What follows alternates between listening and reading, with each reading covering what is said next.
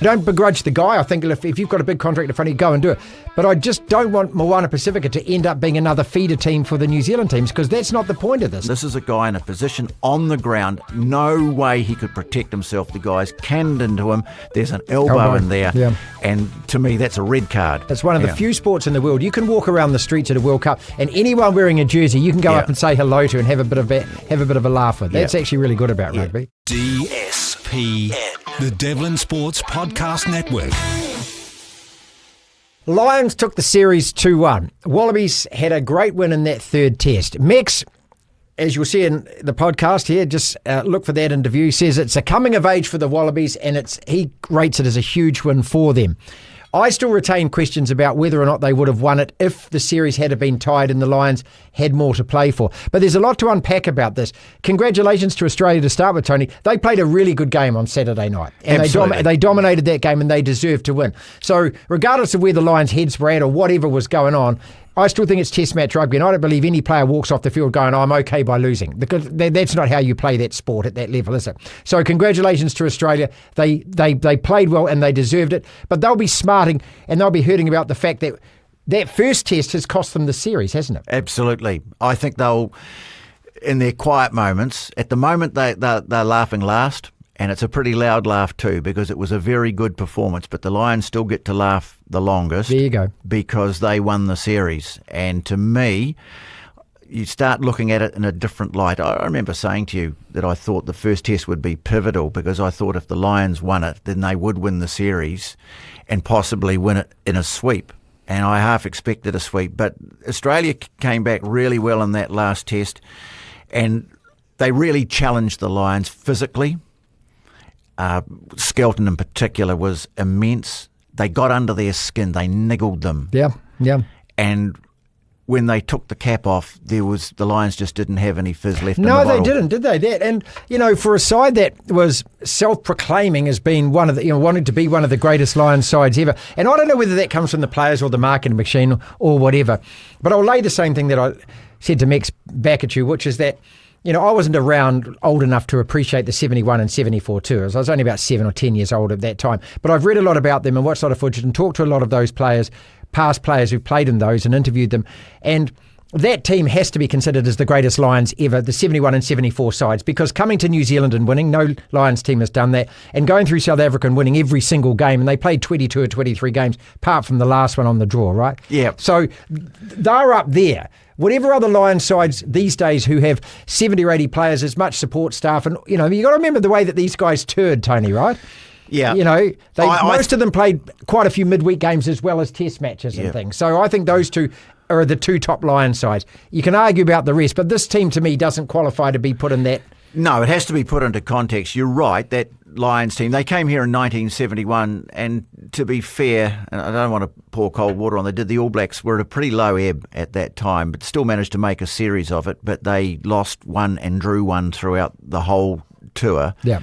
Played magnificent rugby in the provincial games, tightened it up for the test matches, but that was a great achievement because it had never been done before by a Lions team. But they went one better in South Africa 2 years later when they went over the famous series, of course, because the 99 call. It's just brilliant, isn't it? And we still love it, even now, still love it. But they played some fantastic rugby too, but they drew the last test only because Fergus Slattery, who was a great Irish flanker, went over and scored a try that everyone thought that was a try to win the game, and the local referee ruled it out. And otherwise it would have been a complete winning record. A few of our tests over there, Tony. No, Max Bayes was the guy's name. If it was a Bezahuden or whatever his name was. So, to me, unquestionably, that's the greatest achievement by a Lions team. And beating Australia, even going through Australia with an unbeaten series, 3-0 in the test matches, unbeaten outside that, would not have measured up to beating the Springboks in South Africa and going through the whole tour without losing a game, just that one draw at the end. I suspect that was just a theme to try and keep the motivation levels high, that you can be the only Lions team to go on tour and win every single game. Sometimes we misconstrue these things, and it happened to the All Blacks a few years ago when that journalist invaded their space, went into their room and saw something up on the blackboard and made a big meal out of it. So you've got to be careful about how you deal with these things. But they would have gone down with a great record, but you've got to put it into context, because the teams that they played outside the test were well below strength. Mm-hmm. That enabled them, though, to get some nice momentum and connections before the test series. The Wallabies were underdone. And let's come back to Joe Schmidt on that, because he's the guy who collared all those players, put them in his own training camp, and they didn't actually play. Well, some of them did, but some of them didn't. They were seriously underdone, weren't they? It's a really difficult balancing act, because you are afraid, particularly when you may not have the greatest depth chart, if you lose a couple of players playing midweek games or a Saturday game against the Lions, then the world's going to come down. And you're balancing that against the idea of actually give these guys enough game time. But they were underdone, Tony. I mean, they lost the series, you could almost say, in the first 30 minutes of that first test. Absolutely. They did not play well in that first test. They looked underdone. I'm not sure that they looked weak. They didn't get all of their selections right. Things changed in the second test when they were able to bring Valentini and Skelton back into the team. Skelton moved the needle. His introduction was seismic on that series. And we can talk about him too when we look at what's coming up ahead for the Wallabies in terms of the Bledisloe Cup, etc. And Australia got themselves into a position they really should have won that second test. And okay, they might have had a bit of bad luck. They did have some bad luck go against them. Not necessarily that last call. We talked about that, but there were other things that happened that might have just kept it in their favour. And in the end, they didn't win that. They relinquished what was a record margin lead during a game to the Lions. And then they came back and pretty much cleaned their clock in the third test. So as I say, they get the last laugh.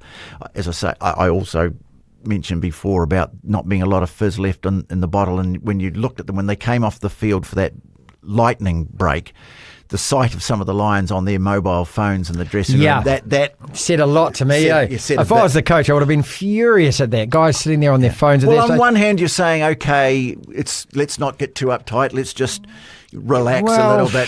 Is there a time and place? Where's your focus? Yeah. Can I give you a great stat? I've been quoting this all weekend since I read it. I thought it was the best stat of all. So with Skelton off the field, the Lions won 39-22. With the time that he was on the field, and remember, only played 40 minutes of the first half of the second test, the Wallabies won 38-24. So the before Skelton and after Skelton factor, I'm not sure I've seen a single player influence a series as much as that one big bulky guy has. Yeah. I mean, you can read whatever you want into those stats. It's not just all down to him. Some of it's what goes on around him. But if he dents the line, then it makes it easier for the next guy along to carry the ball further into the heart of the defence. Presents better ball, all of that kind of stuff, right? All of that sort of stuff, yeah. The worry about Skelton is that he may not be available for the Rugby Championship. Well, he's contracted to La Rochelle in France. But this is Australia's problem, isn't it? That's what happens. That's I suppose the downside when you pick players from overseas. You see this incredible impact that he has on your team, and then you turn around and I think the best possible scenario that they can hope for is that he'll be allowed to play the first two tests of the championship. Against South Africa? Against South Africa. Okay. But the French season starts on September, that was at 5th, 6th, 7th, around that time. So he's going to miss the Bledisloe Cup test? Absolutely. There's no way in the world he'll be playing for Australia when they come to Eden Park to play for the Bledisloe Cup. And I think they're going to have to really plead with La Rochelle to allow him to even play in South Africa. And so that's got to be the worry there. Sure. They'll be hoping that he can keep on keeping on, because they would love to have him for the World Cup in 2027 when you look at the change that he made. It wasn't all down to him. I've got to say, old mate Nick White, he got under their skin. Yeah, he did. Big time. He niggled them up, which is great, didn't he? Yeah. But I still think Tate McDermott is the better halfback. Yeah, but in a way, in those conditions and in that scenario, maybe White just fitted the bill perfectly. The other one is Tupou, and this is where I start thinking, you weigh it all up. I actually think Australia's missed a great opportunity to win the series. And I know I said early on that if the Lions won the first test, it was over. That would be it. But when you think about it now, going into the first test well underdone by comparison with a team they hadn't been playing strong teams, but they'd been playing and they've been together. Yeah, that's yeah. Maybe a couple of selections that weren't quite right. How much a difference could it have made? They didn't want to risk Skelton in the first test because he'd had that calf injury. Tupou, as I said to you last week, I think he made it almost impossible for them to pick him because his performance in Super Rugby was almost non-existent. But then he played that First Nations game, and he was so good in that game that he had to be picked, right? Yeah. So how do you get him from that where he was absent without leave for New South Wales? How do you get him from? Yeah. Whose fault is that? Is it because half of it's his? Is it half of it? Is it the selector's fault or the coach's fault? Because it's paid down to the player as well. Didn't have enough faith in him to find his true form. With the glorious benefit of hindsight, it might well have been worth the risk. Yeah. But that just wasn't how it panned out. And as I say, he made it very, very difficult for them to select him. So that could have made a difference as well. And look, and the other thing too in that final test, one other thing I'd say is that it could have been a lot worse for the Lions too, because Dan Sheehan should have been sent off and Marius Jonker at the TMO was asleep at the wheel. When you think about what happened, the debate that went on at the end of the second test, well, there was no doubt about. This was a no-doubter. This is a guy in a position on the ground. No way he could protect himself. The guy's canned into him. There's an elbow in there. Yeah. And to me, that's a red card. That's not even a yellow under review. That's a red card. Straight red. And he got away with it. So Marius, I don't know what channel he was watching at the time, but there were a couple of things that went on later on in the game as well. There was that weird one where they came in and they're going, well, what are we supposed to be looking at? And then moments later, I have to say, I thought Suali'i, there was a definite shoulder-to-head contact and that didn't get punished as well. So that was quite bizarre. But as I say, I think the Lions, they were unlucky because they lost two players, their two locks to head knocks, and that was through no one's fault. There was no skullduggery there, so that weakened them, but they could well have lost a player. So where do the Wallabies now fit in terms of the Rugby Championship? Can they go win a test in South Africa? If they were playing at that level with all their players available, can they threaten us in the Bledisloe Cup? Yeah, that's, I guess, the potential stopper on all the optimism that's come out of this win, because it was a very good win, and you look at the way they played in the first half, in particular the second test, and right through the third, you go, boy, there's something building here. Yeah, you feel it. But then you have to go off to South Africa and play the Springboks on their turf. Ellis Park to start with. Potentially without Will Skelton. We don't know what's going to happen there. So, and the other question mark is what does Joe Schmidt do with the guys who are leaving at the end of the year? Does he say, no, we've got to build for the next World Cup, or no, I'm going to pick the strongest? I think he picks the strong. He has to. He's got to think about the now, doesn't he? Because look, that series, if that series had got away on them 3-0, the Australian rugby public is looking that way as well. Yep. And so, they've got to somehow capture that, whatever is going on at the moment, don't they? Which means to me, you pick whoever is available today. Yeah, and as I say, just say really nice things to La Rochelle and negotiate with the French. Yeah, because if they could nick a test in South Africa, that would be brilliant. Because the South Africans, although they've breezed through the July internationals, the quality of their opposition. No, they haven't been tested. No, not really. No. It's allowed them to try a few things out. Yeah.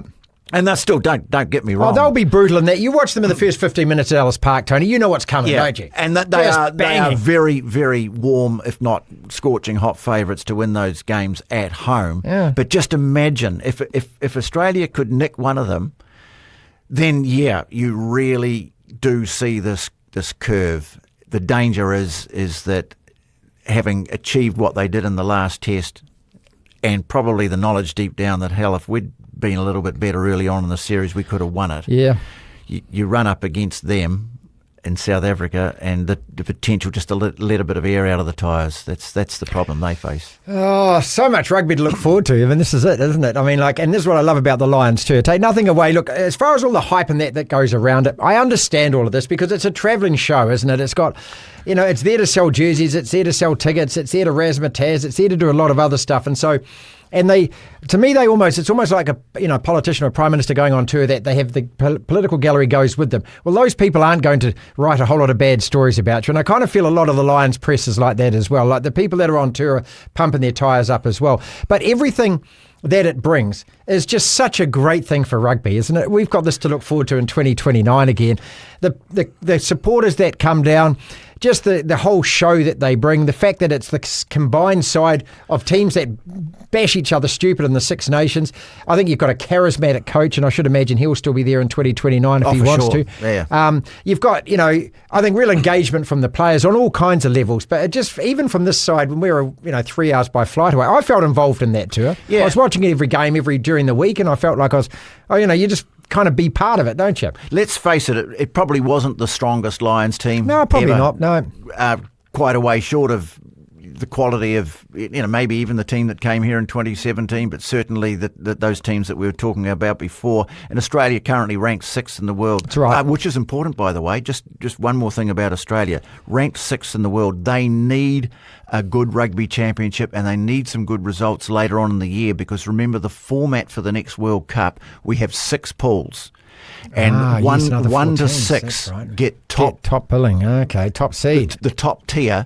If you're not in that top 6, the chances are you're in the next tier. You go in with one of the top 2 teams in the world, and you have to fight your way out of that into the playoffs. It becomes the next 2 top qualifiers outside the winners of the groups. Yeah, okay. Yeah. I want to ask you about this guy before we leave. And I've got to get this name exactly right.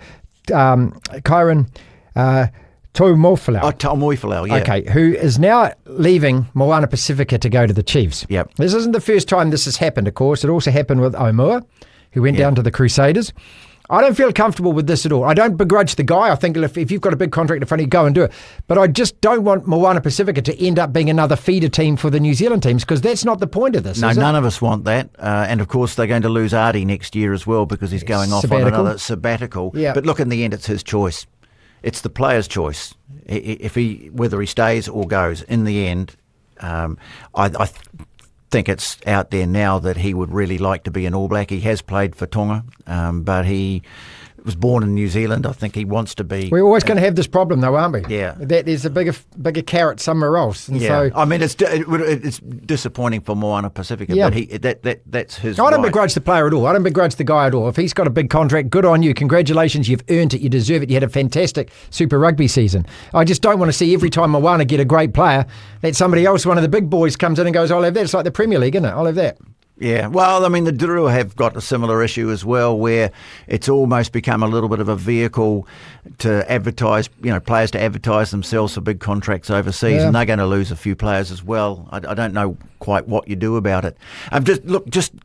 We were talking about what lies ahead. You mentioned 29 in New Zealand, the Lions coming here. There are some things that we can learn from the past, what's going on. Unfortunately, the economy of the Lions tour is always an overriding thing now, because it generates so much money. The touring fans, who, by the way, were part of another fantastic atmosphere in the stadium, outside the stadium. So that's great. That is one of the best things. It's one of the only sports in the world that does this and does it that well, I reckon. And it's always, the banter between the fans is always great. International rugby is great. Some of the like stuff that goes on in the media has just become infantile, I agree. to be quite honest. Yeah. It's smirky on some days. You don't get angry, that with the people in their jerseys outside the ground. You've been at World Cups like I have, and it's one of the few sports in the world. You can walk around the streets at a World Cup, and anyone wearing a jersey, you can go up and say hello to and have a bit of a laugh with. That's actually really good about rugby. And I've always loved it. They love going to the rugby clubs and being made to feel welcome, where genuine rugby people open up their arms, open up their doors, all that. So the story about the guy who found himself staying at the Ioane household. Yeah, that's it. Walked in, there's 2 guys on the PlayStation. Oh yeah. No, they're off to the game. Oh, well, they're off to the game. Oh yeah, who are you playing for? For the Blues. Yeah, that's right. Yeah, that's right. Yeah, he was in his van outside, wasn't he? Camped up or something. So you can't avoid the money talk. It almost seems a little bit grubby. There's so much focus on the money, the media side of it as well. That it wasn't at all pleasant here in 2017. It doesn't sound like it was that good. And I just hope that sports people get to cover the tour when they come here in 2029. Yeah. That back page was an absolute disgrace about Warren Gatland in 2017, mate. And the only other thing, just a question mark, is what's rugby going to look like in 4 years' time? Because R360, it's definitely bubbling away somewhere, and most of the names that we've heard so far have been league players. But I did spot a line in one of the British major dailies that I read at the weekend that there are a number of players in this current Lions team who have expressed, certainly are interested in 360 because of the money. Yeah, the Saudi Arabian money. Yeah, of course, yeah. It's like golf, mate. It's like everything, you know? Yeah, what does it mean? I mean, as a fan, I don't care about these manufactured, contrived teams. Like, it's like watching Major League Cricket in the United States. Can you name a team?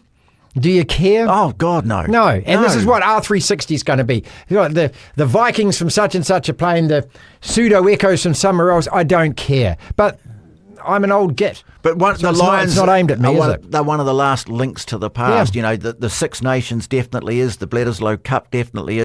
The rivalry with South Africa definitely is, and the Lions. And you'd hate to think that something like that could be sabotaged because players have found money too much to resist. So that's a space that we're going to have to watch and see how that unfolds, because I am a traditionalist, there's no doubt. And the Lions tour, the last one was a bit disappointing for a number of reasons. I'd just like to see a really great Lions tour of New Zealand, you know, once more. It'd probably be the last time I get a chance to see it. Who knows? But I would love to see that. Who's your NPC games this week? I'm at North Harbour Stadium on Saturday afternoon. So, yeah, we'll see how they go. Taranaki did a really good job, by the way, defending the Ranfurly Shield. Mm-hmm. They look strong, and the Shield is in safe hands at the moment, but they've got some tough ones coming down the line. So, yeah, I'll be at North Harbour Stadium this weekend. DSPN.